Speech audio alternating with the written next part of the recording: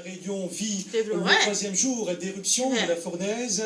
Sa coulée de lave est exceptionnelle, comme vous voyez à l'écran, en se rapprochant davantage de la route nationale, soit à environ 250 mètres de l'axe routier.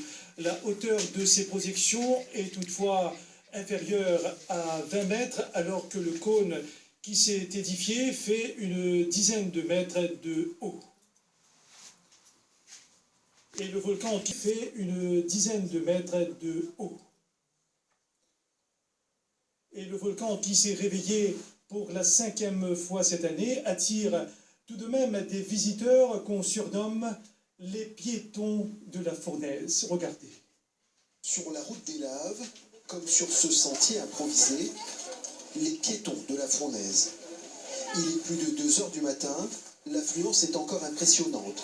Des centaines de personnes quittant ou rejoignant le front de coulée. Mais il est magnifique, la nature est forte. Mais visiblement parfois, pas suffisamment pour tenir quelques visiteurs à distance raisonnable de la coulée. Mais c'est quand même dangereux parce que Charlie est trop près et il y a quand même du mouvement, quoi.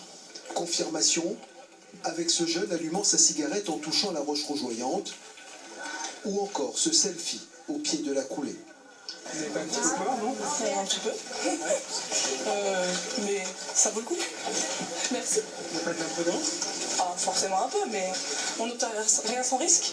Devant cette coulée presque figée, d'autres sont allés bien au-delà du petit quart d'heure de marche, tentant de s'approcher le plus possible du cœur de l'éruption. Je voyais très bien le cône, on entendait bien le bruit, c'était trop génial.